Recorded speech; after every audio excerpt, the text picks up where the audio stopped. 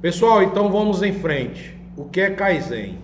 Toda vez quando eu mudo de tópico, eu costumo fazer uma coisa com meus alunos. Dá uma incentivada, dá uma mexida, dá uma motivada. Porque esse curso no formato EAD, eu não sei a hora que você está assistindo, o dia que você está assistindo. Você pode estar assistindo esse curso de madrugada, você pode estar assistindo esse curso no seu smartphone, vindo do trabalho, cansado, às vezes sob pressão, às vezes chateado. Então é o momento de dizer, se anime, ok? Porque esse curso vai fazer diferença na sua vida. Os profissionais que conhecem Kaizen, eles são mais valorizados pelo mercado. Os profissionais que conhecem melhoria contínua no seu todo, que melhoria contínua não é só Kaizen, ok? Melhoria contínua é um ciclo que não tem fim, só tem começo, não é um programa. É um ciclo que não tem fim, por isso que tem a palavra contínua. Se não fosse, se tivesse fim, não seria melhoria contínua, seria melhoria temporária. Concorda comigo? Então se anime, tome um copo d'água, se levante, respire, tome um cafezinho, faça qualquer coisa, mais foco. Agora a gente vai entrar na essência do Kaizen. Kaizen é uma palavra japonesa para melhoria contínua. Você está vendo aí o ideograma embaixo, né? Eu não me atrevo a escrever japonês. É impressionante como eles conseguem se comunicar com esses símbolos, mas também é digno de admiração, né? São símbolos que representam conceitos. Se a gente fosse traduzir para o português, seriam 2 letras apenas. Mas no japonês, aqui tem 3 letras, tem Kai, e aqui tem 3 letras, Zen. Hoje melhor do que ontem, amanhã melhor do que hoje. Serve aí de uma observação como é interessante, tá? O Kaizen envolve todos os empregados de uma empresa, os quais se concentram nas melhorias do processo. Todos os empregados, gente. É impossível implantar Kaizen sem envolver todos. Eu vou dar um exemplo prático aqui de uma indústria de bebidas que eu trabalhei e você vai entender como o Kaizen envolve todos os setores. Olha só, eu trabalhei numa indústria de bebidas, de cerveja. O volume de produção era tão grande que estacionava uma carreta na área de saída de pallets com grades de cerveja. A grade tem 24 garrafas, certo? Então, os empilhadores abasteciam essa carreta. Sabe em quanto tempo, gente? Em 1 minuto e meio a carreta era abastecida e ela se dirigia para a saída da fábrica, para a portaria, onde o conferente verificava a nota fiscal se estava correta, liberava a saída do caminhão, registrava a saída da carreta lotada de garrafas. A cada 1 minuto e meio a produção tinha que soltar uma carreta. Por quê? Porque senão acumulava a minha esteira de grade cheia. O paletizador era automático, ele pegava a grade de cerveja com 24 garrafas e ia paletizando. Quando eu entrei nessa empresa, a paletização era manual, mas era um desgaste sobrenatural para o operador. Pegar uma grade de cerveja cheia não é leve, experimente pegar. Imagine a pessoa passar 8 horas fazendo isso. O operador sofria muita fadiga, ele ficava cansado. Então nós adquirimos um paletizador automático, um robô. Pegava a grade de cerveja, botava no pallet. Pegava a grade de cerveja, botava no pallet. E tinha uma esteira de pallet. Aquela esteira movimentava o pallet cheio, com quase 1 tonelada. O que é que a empilhadeira fazia? Pegava o pallet e transportava até a carreta. Qual era o takt time da linha? 1 minuto e meio. Se aquela carreta não saísse, você concorda comigo que ia acumular esteira? Sim.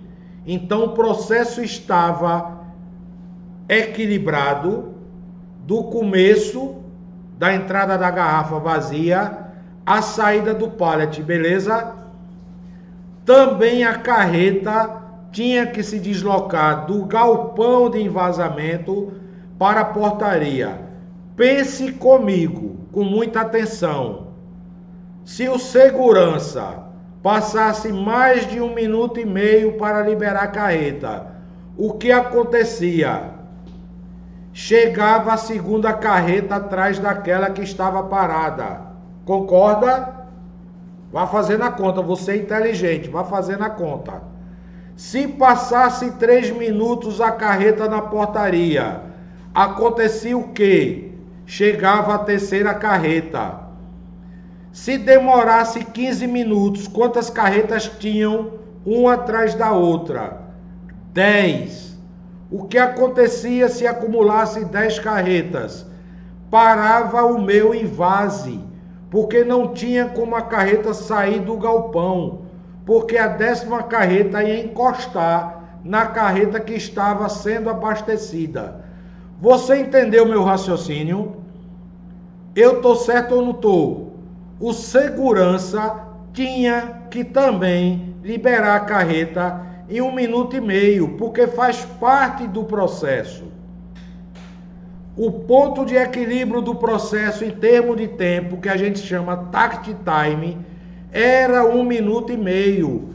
A linha estava balanceada para 1 minuto e meio. Estão me entendendo, gente? Então é impossível implantar Kaizen num setor e não implantar em outro. Concorda que o empilhador tinha que saber que ele tinha que abastecer a carreta em 1 minuto e meio? Sabe quantos empilhadores tinha abastecendo a carreta? 6. Eram 3 de um lado e 3 do outro. Se um desses empilhadores saíssem, ele tinha que ser substituído de imediato. Se a empilhadeira quebrasse, ela tinha que ser substituída de imediato. Porque senão eu ia parar a minha linha de invase. Ia passar de 1 minuto e meio. Você está percebendo que está tudo sincronizado? Percebe? Todas as máquinas estão sincronizadas para 1 minuto e meio. O fluxo tem que ser contínuo. Observe que a casa do TPS está toda em funcionamento. Fluxo contínuo, trabalho padronizado, Kaizen, Heijunka, Takt Time, trabalho padronizado. A linha tem que estar equilibrada, ela tem que andar no movimento em conjunto. Estão me entendendo, gente? Por isso que tem aqui, o Kaizen envolve todos os empregados. Adianta a linha de produção ter Kaizen implantado e a portaria não? Ou almoxarifado não, porque senão vai faltar matéria-prima para a produção. Por exemplo, o rótulo que vai na garrafa de cerveja. Por exemplo, a rolha metálica que tampa a garrafa. Estão me entendendo? Veja como essa explicação é esclarecedora. Eu estou trazendo todos os elementos da empresa para uma filosofia única, que se chama Kaizen. Adianta eu demorar 3 minutos para emitir uma nota fiscal de saída? Se eu passar 3 minutos para emitir uma nota fiscal de saída, vai acontecer o quê? Eu vou acumular 2 carretas. Então o tempo de emissão da nota fiscal tem que ser também 1 minuto e meio. Estão me entendendo, gente? É legal ou não? Agora imagine isso na empresa que você trabalha. Quando você implanta Kaizen, todos os setores têm que estar sincronizados. Aí mais uma vez entra a produção enxuta. A produção enxuta trata de remover os desperdícios. Onde tem desperdício? Em tempo de espera. Se passar de 1 minuto e meio, as equipes Kaizen têm que observar, têm que verificar, têm que analisar, tem que abrir um projeto Kaizen, que é um projeto rápido, de melhoria, para reduzir esse tempo.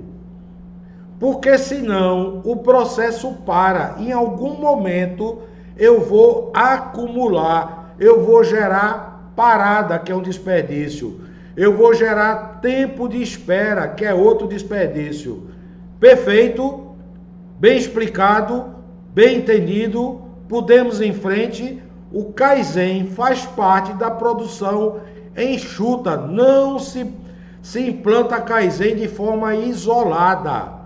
Tranquilo, meu povo? Show? Vamos em frente. Eu espero que você tenha entendido. Eu poderia dar exemplos em diversos setores. Eu trabalhei em 9 fábricas. Eu tenho exemplo para dar em todas elas, mas não faz parte do curso, porque senão eu vou passar 8 horas só nesse slide. E esse não é o objetivo.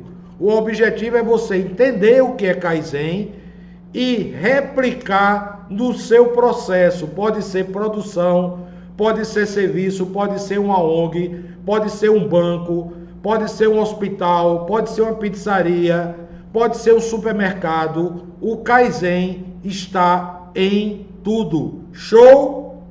Depois você coloca os comentários. Depois você nomeia aí 5 estrelas, que isso é importante para a avaliação do curso. Joia? Vamos dar continuidade. Quando as empresas tomam a decisão de embarcar numa jornada de produção enxuta, por que jornada? Porque não é um programa, não é um projeto que tem começo, meio e fim. É uma jornada que, uma vez iniciada, ela dá continuidade. Frequentemente elas têm algumas ideias equivocadas a respeito desse tipo de empreitada. Em primeiro lugar, algumas delas acreditam que a produção enxuta é um programa com critérios definíveis de início e fim. Eu já falei sobre isso, não vou repetir, eu só estou dando ênfase. Ok, gente? Além disso, presume que este programa tem direção e caminhos claros. O que significa isso? Que vai ser a mesma coisa para todas as empresas. Não, eu aqui, neste momento, já desmistifico isso. Cada empresa tem a sua filosofia, tem a sua característica, tem o seu modelo. Então você vai ter que adaptar o Kaizen à sua forma, à sua filosofia. Você já ouviu falar que as empresas têm missão, visão, valores e objetivos? Sim. Como é que eu posso padronizar o Kaizen se as empresas são diferentes? Eu posso aplicar Kaizen no corpo de bombeiros, eu posso aplicar Kaizen no serviço de atendimento médico chamado SAMU, é a mesma coisa de uma indústria de doce, é a mesma coisa de uma usina, é a mesma coisa de uma engarrafadora de cerveja, é a mesma coisa de uma indústria de circuito integrado, é a mesma coisa de uma metalúrgica, de forma nenhuma. Por isso que tem pessoas que dizem que o Kaizen não funcionou, porque querem engessar o Kaizen. Não pode ser engessado. O Kaizen é tão bom que ele é aberto, ele está à disposição para você implantar e gerar resultados independente do seu negócio. Se a produção enxuta for incorporada com esta mentalidade, as chances de fracasso são muito altas. O que é esta mentalidade? Que o Kaizen é engessado e é o mesmo para todo negócio. Eu acabei de dar um exemplo. Tem como você implantar o Kaizen no hospital da mesma forma que implanta numa fábrica? Como eu já falei, eu trabalhei em 9 indústrias. Eu poderia passar o dia aqui todinho falando sobre as indústrias que eu trabalhei. Indústria de embalagem, indústria de alumínio, indústria de PET, indústria de circuito integrado, indústria metalúrgica, toda a área acadêmica que eu trabalhei, como diretor, como coordenador, como professor. Impossível, gente. O Kaizen se implanta conforme a empresa. Agora, os projetos Kaizen têm que ser conduzidos por equipes que visam a melhoria. Os conceitos de produção enxuta e Kaizen são incorporados no negócio de uma maneira que seja adequada à empresa. O Kaizen implantado na indústria automotiva, que está trabalhando com muitos subconjuntos, eu posso usar o exemplo da Fiat, que tem 16 fábricas no polo automotivo, ou seja, essas fábricas geram peças, geram subconjuntos, geram materiais que irão ser montados no veículo. E elas são diferentes. E elas têm um Kaizen implantado, e cada uma na sua forma. Uma vez iniciada uma jornada de produção enxuta, não existe um caminho fixo ou orientação genérica. Você vai ter que adaptar o Kaizen ao seu negócio. Imagine que eu abro uma pizzaria. Eu posso implantar o sistema Toyota de produção numa pizzaria. Eu posso implantar melhorias contínuas na minha pizzaria, desde o atendimento ao cliente, na cozinha, na entrega, no transporte, na padronização das matérias-primas utilizadas na pizzaria, no tempo de cozimento. Eu posso padronizar o tempo de cozimento. Eu posso comparar uma pizzaria com um hospital? De forma nenhuma. Então o Kaizen, ele é aplicado conforme o negócio. Beleza? Show? Vamos em frente? Dando continuidade aqui, ó, uma fábrica linda. O Kaizen enfatiza o desenvolvimento de uma cultura voltada para o processo e direcionada para aprimorar a forma com que a empresa trabalha. Acabei de falar no slide anterior. Pense na quantidade de processos que existem numa empresa. Gente, se a gente falar de processo, a gente remete a mapeamento de processo, a VSM, a Value Stream Map, mapa da cadeia de valor. É uma das ferramentas do sistema Toyota de produção, mapear processo. Você já imaginou quantos processos existem numa empresa? Cada linha de produção é um processo diferente. Cada máquina é um subprocesso. Cada atividade é um microprocesso. Você pode destrinchar, separar, quebrar, fragmentar processos de várias formas. O processo geral da empresa eu chamo macro processo. O que é que eu vejo no macro processo? As diversas linhas em diagramas de blocos interagindo. Quando eu pego um diagrama de bloco e explodo e destrincho e detalho, aquele diagrama de bloco passa a ser um subprocesso. Ele em si é um processo. Quando eu pego o diagrama de bloco do subprocesso e detalho, ele é o quê? Um subprocesso ou uma atividade. E eu posso destrinchar essa atividade em LPP. O que é LPP? Lição ponto a ponto. Cada atividade ser detalhada numa lição ponto a ponto. Beleza? Geralmente o processo possui um ponto de início e um ponto de término. Não vamos confundir um processo com uma filosofia. O processo é uma atividade. Essa atividade tem início, meio e fim. Pense comigo. Eu recebi a porta do montador de porta, de uma linha que faz a porta. Eu vou parafusar essa porta na carroceria do veículo, no chassi do veículo. Então eu tenho um processo de início, meio e fim da montagem da porta. Depois eu vou testar a porta, eu vou ver se o vidro elétrico funciona, se sobe o vidro, se desce o vidro, se a porta está fechando corretamente, sem esforço, sem forçar, sem bater. Mas uma vez montada essa porta, eu concluo o processo. Concordam comigo? Então não posso confundir um processo de uma atividade com uma atividade Kaizen.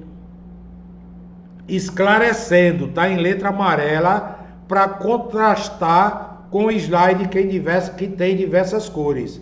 O processo de manufatura e montagem de um produto começa com a fabricação dos componentes a partir da matéria-prima. Imagina que entrou uma chapa plana na prensa onde faz a tampa do motor do carro. Essa prensa formatou a tampa do motor do carro. Quando ela chega na linha de produção, ela está plana? Não, ela está com o formato da tampa do motor do carro. Mas vai parar aí? Não. Ela vai receber a fechadura do motor do carro, ela vai receber o chicote que aciona a fechadura, ela vai receber dispositivos elétricos que são sensores para que o motorista dirigindo, se essa tampa abrir, alarme que a tampa abriu, porque você já imaginou o acidente que dá no carro, você dirigindo, e aquela tampa abrir na sua frente, como já aconteceu comigo e minha esposa num veículo, que eu parei no posto para abastecer, e o cara foi completar o nível de água, e ele não fechou a porta convenientemente, a tampa do motor, e eu peguei a estrada, e quando eu estava a 80 por hora, essa tampa abriu na minha frente. Deus me salvou de um acidente que poderia ser fatal. Então eu estou te dando um exemplo. Essa tampa do motor recebe dispositivos para evitar que um acidente dessa magnitude, dessa grandeza, aconteça, ok?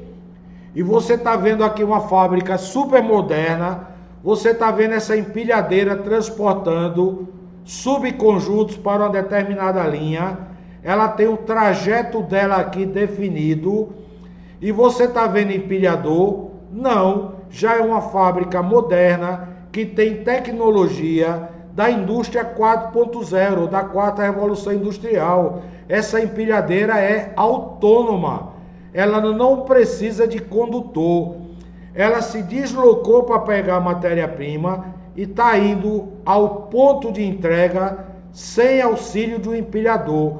Ela é um AGV, um veículo autônomo, Automatic Gauge Vehicle, a sigla de AGV. Ela é um veículo autônomo, beleza, gente? Só para ilustrar que até numa fábrica deste nível de tecnologia, o Kaizen é aplicado. Dando continuidade. A filosofia do Kaizen coloca muito mais coisas sobre a mesa. O que é isso? Ela desvenda, a filosofia desvenda os problemas que estão encobertos, que estão debaixo do tapete. Deixa eu te dizer uma frase que existem muitos autores que se dizem donos dessa frase. Existem muitos autores de livro que dizem que essa frase é de Taishi Ono, que dizem que essa frase é de Kaoru Ishikawa, que dizem que essa frase é de Jack Welch, que foi CEO da GE, que dizem que essa frase é de Demi, Juran. Deixa eu te dizer uma coisa, pouco importa quem criou essa frase, mas uma coisa saiba, ela é certa. Não há nenhum processo que não possa ser melhorado, ok? Quanto mais você usa tempo, investe tempo na observação dos processos, mais você tem observado possibilidades de melhorias. Beleza, gente? Aprenderam? Então a filosofia do Kaizen, como ela é uma filosofia baseada na melhoria contínua, você, quando diz aqui nessa frase, muito mais coisas sobre a mesa são colocadas, é porque você desvenda possibilidades de melhoria. Ok? Me entenderam? Mudar a cultura de uma empresa é uma batalha permanente e você deseja obter resultados que possam ser atingidos o mais rapidamente possível. Eu vou deixar você meditando nessa frase 1 minuto enquanto eu tomo um gole d'água.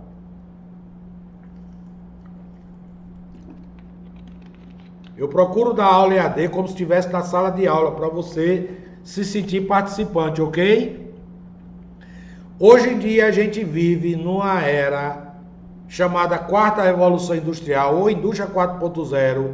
Eu estudo essa filosofia desde 2012, quando foi criado na Alemanha, num congresso que houve da OCDE, que é a Organização para o Desenvolvimento da Economia, OCDE, foi em Davos, na Suíça, quando a primeira vez foi mostrado os conceitos iniciais da indústria 4.0 por Klaus Schwab, que era o presidente da OCDE na época, em 2012. Olha só, a gente vive numa era em que os processos têm que ser melhorados, mas os acionistas querem resultados rápidos. Eles precisam que os resultados sejam obtidos rapidamente, porque vivemos num ciclo de globalização muito acelerado, que se as empresas não melhorarem rapidamente, elas podem ser atropeladas por outras. Elas podem ser até fechadas. Recentemente aqui no Brasil, estamos em 2021, você pode estar vendo esse vídeo em outro ano, mas agora estamos ainda vivendo a pandemia do coronavírus. Começou em março de 2020, atravessamos o ano de 2020 todinho em lockdown, com as empresas praticamente fechadas, só serviços essenciais funcionando. A minha empresa, que é uma empresa de referência em cursos presenciais, eu tive que me reinventar, transformando os cursos presenciais em EAD. Esse curso é um exemplo típico dessa reinvenção. Eu sempre dei esse curso presencial, mas ele agora está no formato EAD para atingir mais pessoas e você poder assistir no conforto da sua casa, através do tablet, do smartphone, do computador desktop, onde você estiver, no momento que você estiver, na madrugada, na manhã, na tarde, não importa, você tem acesso a esse curso. Isso é uma reinvenção, ok?